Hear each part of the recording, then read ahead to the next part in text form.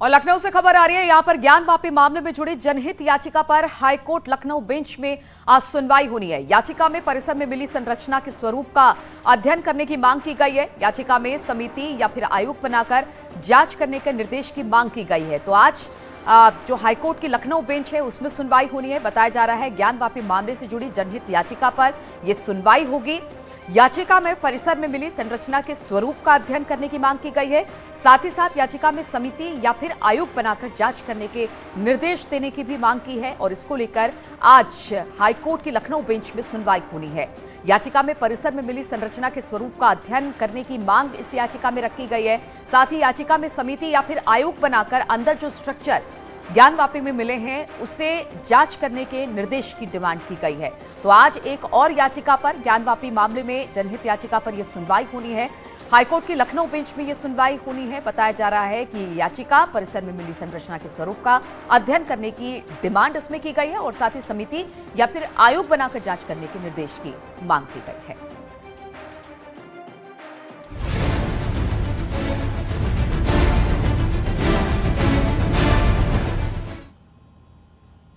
और मोबाइल की लत बच्चों में किस तरह घर कर रहा है? बच्चों में मोबाइल की लत को लेकर माता पिता कितने परेशान हैं? क्या घर में बच्चा मोबाइल को लेकर हिंसक हो रहा है? ऐसे कई सवालों के जवाब हमने आम जनता से जानने की कोशिश की। न्यूज 18 की टीम लखनऊ के अलग अलग इलाकों में पेरेंट्स से उन्होंने बात की है। कई सारे इसके बाद डरावने सच भी सामने आए।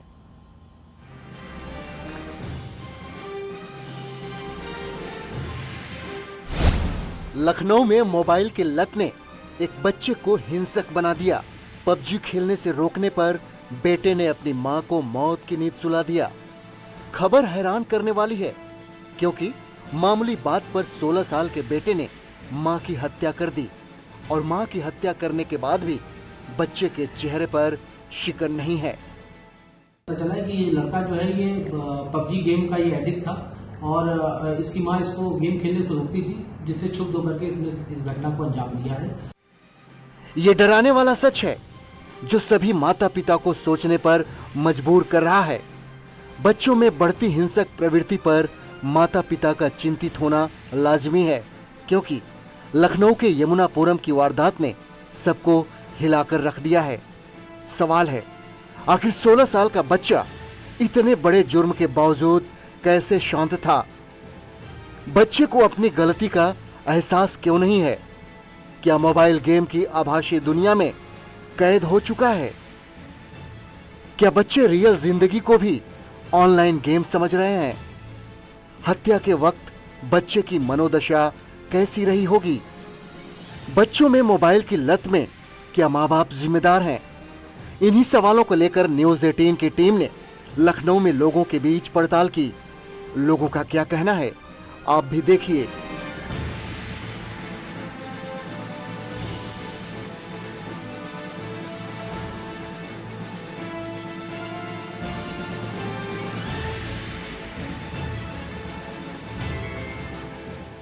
इस वक्त हम लखनऊ में मौजूद हैं और हमारे साथ यहाँ पर कई सारे पेरेंट्स हैं, बच्चे हैं। आज हम जानेंगे इनसे कि क्या आजकल जो गेमिंग है या फ़ोन का कल्चर है इसकी वजह से बच्चों में हिंसक प्रवृत्ति पैदा हो रही है और क्या जो फ़ोन का एडिक्शन है वो उनको बिगाड़ रहा है। सर, हम आपसे जानना चाहेंगे, पहले तो पबजी के बारे में बताइए, क्या आपकी फैमिली में भी बच्चे ऐसे हैं जो खेलते हैं? नहीं, देखिए, पबजी ऐसा गेम है जो कोई खेलता है वो बस उसी में घुस जाता है, खेलता ही रहता वो दिमागी उसकी थोड़े ना टेंशन उसको पड़ जाती कि मैंने बस यही खेलना है और कोई काम नहीं करना, चाहे वो घर का हो चाहे वो बाहर का हो। तो जब मेंटली वो हो जाते हैं तो उसके बाद फिर वो उसको माँ नहीं लगती, बाप नहीं लगता, उसको सिर्फ गेम चाहिए। सब दुश्मन लगने लगे, वो सब उसको दुश्मन लग, इसीलिए उसने माँ का कदर कर दिया। उसका ये मतलब इतना घिनौना काम उसने किया है। जब कोई खेलता है, लड़का कोई बच्चा खेलता है, उसको उसी टाइम टोक दो कि ये इतना खेलना है, इतना नहीं खेलना। अगर उसको नहीं टोकेंगे तो बाद में जाके वो इतना शैतान उसका दिमाग हो जाएगा कि वो ऐसे करेगा ही करेगा, वो खुद मर जाएगा। वो बच्चे ने इतनी निशंस घटना कर दी, उस पर आप क्या कहना चाहेंगे? पहली बात तो ये है कि मैं मोबाइल के बिल्कुल खिलाफ हूँ। मैं तो देती नहीं इसको, अगर दूँ भी तो पॉइंट वगैरह लगा के देती हूँ, गेम वगैरह तो कोई बात ही नहीं है। पेरेंट्स को खुद आप भी ध्यान रखना चाहिए ना कि जब मोबाइल बच्चे के पास है तो क्या कर रहा है, वे उनको देखना चाहिए ना, ये तो हमारी रिस्पॉन्सिबिलिटी है ना। मैम आपसे जानना चाहेंगे क्या लगता है आजकल बच्चों को फ़ोन का एडिक्शन हो रहा है, वो ज़्यादा फ़ोन चला रहे हैं, कैसे रोका कैसे जा सकता है? बच्चों को आजकल रोके कैसे, यही तो सबसे बड़ी प्रॉब्लम तो फ़ोन की है। हर चीज़ एक तो फ़ोन जो है पढ़ाई के लिए भी देते हैं तो बच्चा क्या कर रहा है, तो ध्यान रखना पड़ेगा। यह है कि हम अगर दें तो हम ध्यान रखें कि हम क्या कर रहा है बच्चा, बीच बीच में हमें चेक करना चाहिए कि देते समय हमको ये ध्यान रखना चाहिए। और मोबाइल से तो बहुत ही ज़्यादा हम खुद ही अपने घर में खुद ही वो करते, बच्चों को देते, हम खुद ही परेशान है, कोई फ्री फायर कहीं कुछ, तो हम तो ये देखते हैं कि उनको ध्यान रखना चाहिए बच्चों को। सर आपसे जानना चाहेंगे क्या लगता है कि पेरेंट्स को किस तरह से ध्यान देने की ज़रूरत है, क्योंकि ये बहुत सीरियस चीज़ है, क्योंकि पढ़ाई से लेकर हर चीज़ में फ़ोन का इस्तेमाल तो होता ही है, हर समय पेरेंट्स भी नहीं देख सकते, तो किस तरह से देखते हैं? अब हम लोग कितना उस पर रोक लगा सकते हैं ये तो हम कह नहीं सकते हैं, लेकिन फिर भी हम लोग इतना नहीं वो कर पाते हैं, कंट्रोल कर पाते हैं। अब बच्चे ले लेते हैं मोबाइल के, हमें काम करना, अब हम लोग को हर समय तो नहीं मालूम रहता कि आप उस पर क्या कर रहे हैं। अब वो मालूम कि हाँ क्लास चल रही है, तो इसकी वजह से आप लोग थोड़ा बहुत तो कंट्रोल कर लेते हैं, लेकिन हर समय हर चीज़ का ध्यान नहीं रख पाते। तो इस चीज़ के लिए थोड़ा स्कूल वगैरह की तरफ से भी थोड़ी इस पर रोक लगानी चाहिए। जानना चाहेंगे आपके बच्चे भी गेम खेलते हैं क्या? जी बिल्कुल खेलते हैं। कौन सा गेम ज़्यादातर बच्चे खेलते हैं? जैसे कि पबजी में वो बच्चों का कार वाला होता है, सबसे ज़्यादा इसमें खेलते हैं बच्चे, तो हमारे हिसाब से तो नहीं होना चाहिए ये, बच्चे बहुत बर्बाद हो रहे हैं। क्या आजकल बच्चे इस वजह से ज़्यादा चिड़चिड़ा रहे हैं, या आपने अपने घर में देखा है बच्चों में चेंजेस आए हैं? हाँ हमने देखा है कि बच्चे बहुत ही इसमें ज़्यादा फोकस है बच्चों का, तो मेरे हिसाब से नहीं होना चाहिए।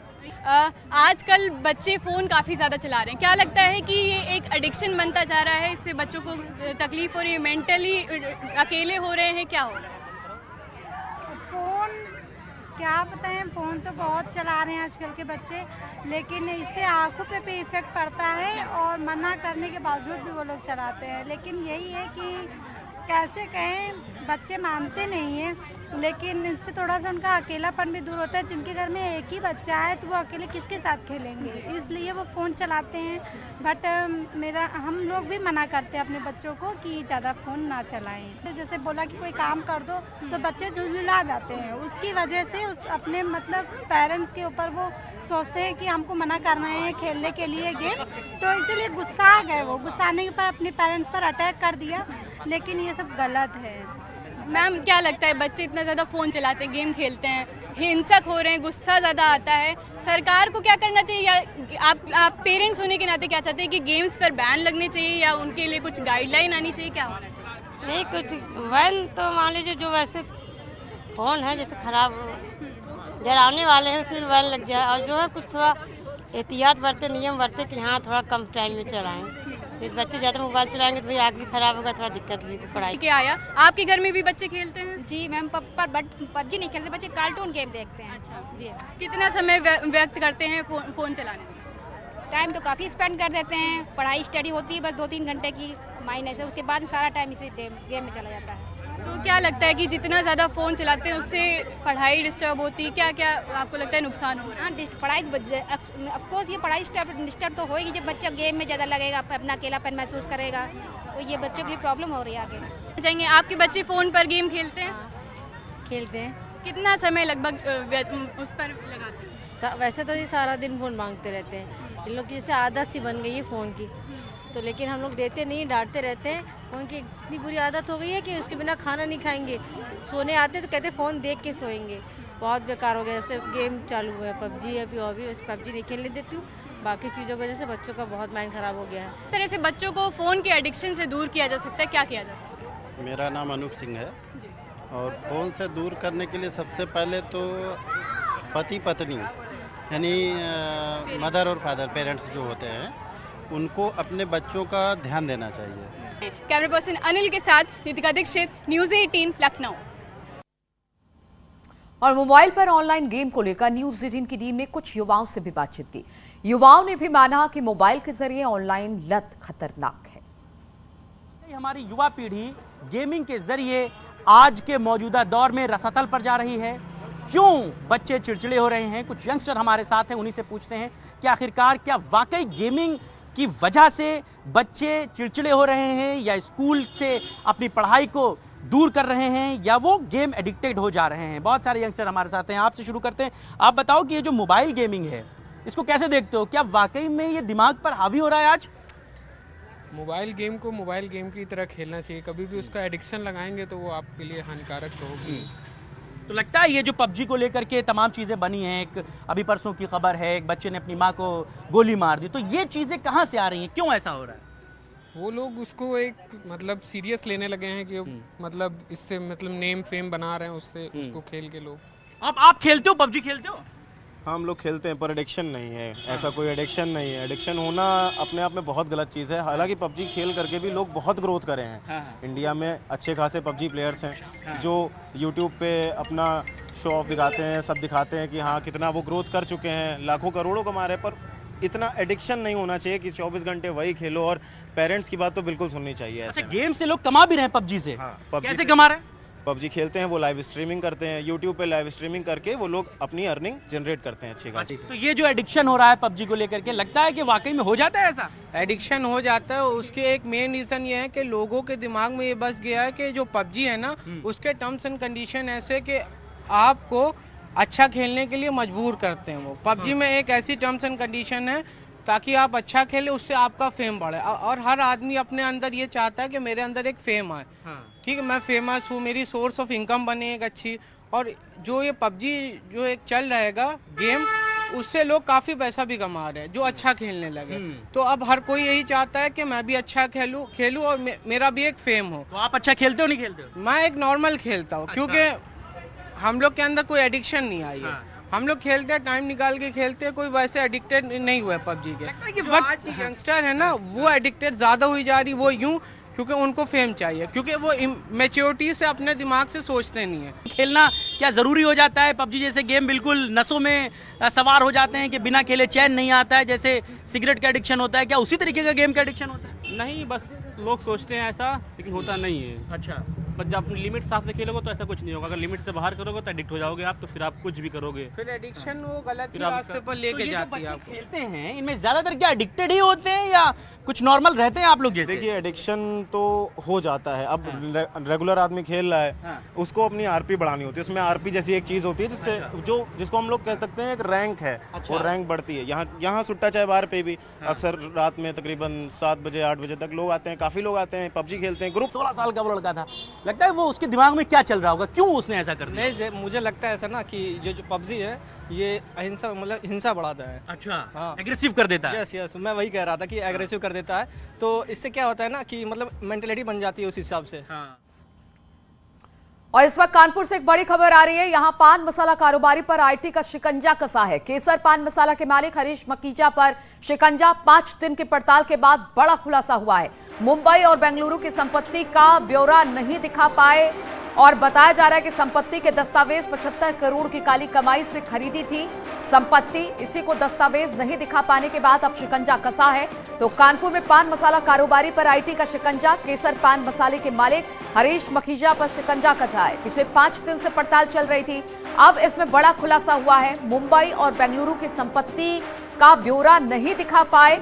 संपत्ति के दस्तावेज 75 करोड़ की काली कमाई से खरीदी थी संपत्ति, जिसके कागजात नहीं दिखा पाने के बाद अब बड़ी कार्रवाई हुई है।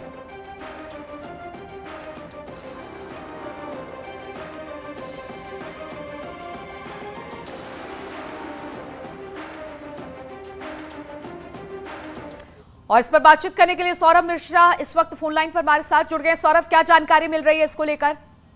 देखिए, बीते दिनों पहले ये 5 दिन तक लगातार छापेमारी की गई थी। कई ठिकानों पर आयकर विभाग की टीम ने छापेमारी की थी, जिसमें बड़ा खुलासा सामने आया है। कई दस्तावेज जिसको कब्जे में लिया था इनकम टैक्स की टीम ने, उसके हवाले से एक बड़ी खबर आई कि 75 करोड़ की अकूट संपत्ति, जो प्रॉपर्टी इन्होंने 75 करोड़ की खरीदी है, उसके कोई पुख्ता ऐसे दस्तावेज नहीं है कि वो पैसा किसके नाम से किस तरीके से यूज किया गया। साथ ही साथ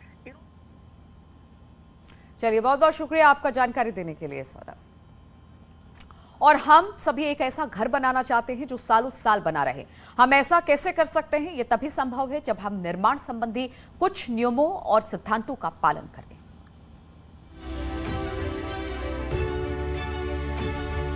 आपके सपनों के घर का लेआउट जितना जरूरी है, उतना ही महत्वपूर्ण है ये तय करना कि आपका घर बाहर से कैसा दिखेगा। घर के आगे और पीछे का हिस्सा और उसके किनारों को कैसे बनाएं, ये भी डिजाइन एलिमेंट का पार्ट है।